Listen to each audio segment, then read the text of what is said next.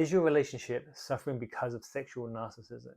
Now, of course, in many relationships, sex is a touchy subject, something that many people don't want to talk about. But if you don't discuss sex at the beginning of a relationship, you might find that you end up in a relationship that you really don't want to be in. So let's discuss sexual narcissism. Now, narcissism, as you know, is something that is very self-centered. And sexual narcissism is no different. When you have a partner who is very self-centered when it comes to sex, then this isn't ideal for the other person. The other person's going to feel like they're just being used. Now, at sex, you're meant to get more than just pleasure from it. Sex often, especially in a relationship of two loving people who are going to spend more than just one night together, is something that happens for two people to build intimacy.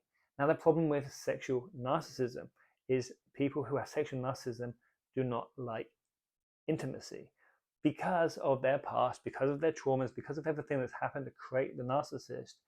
They are very detached from the world. Now, intimacy means being vulnerable. So if you look at their attachment styles, for instance, they're likely going to have an attachment style that is very avoidant or very not secure relationship, basically. So they're going to have this relationship attachment where they're doing things to avoid intimacy. They're going to have this insecure attachment to you and to things that are a bit too close. So then they're not going to want to kiss you, probably. They're less likely to want to have moments together.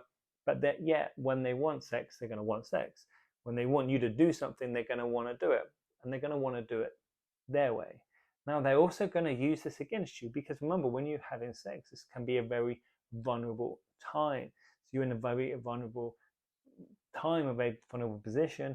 This is when narcissists can abuse the trust, because they can now use stuff against you. This could be taking photos. This could be just asking you to do things that you don't agree with. And they can also gaslight you. They can also make you say, well, you wouldn't if you love me, you would do this for me, and all this kind of stuff, which is actually a very abusive relationship stuff, very toxic, and shouldn't be happening in relationships.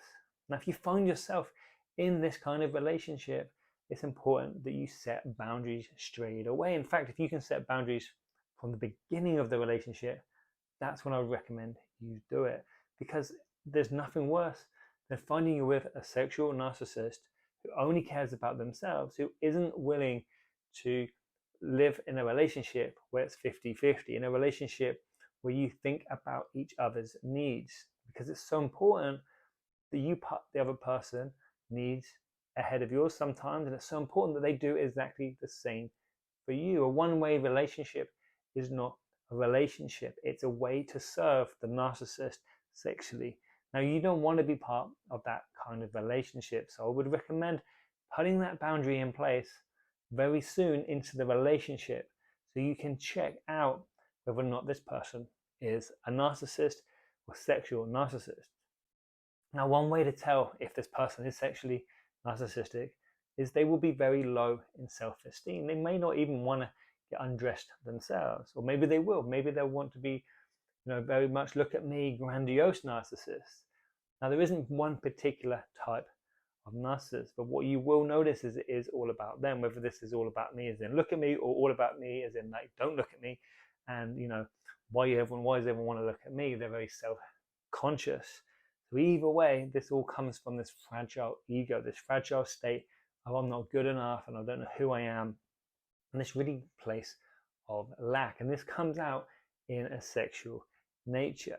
Now, relationships are so important that things can be discussed. You need to be able to talk about this stuff with your partner, because that is what creates a healthy, happy relationship. And if you enjoyed this video and want to learn more, please subscribe and let us know in the comments how we can best serve you.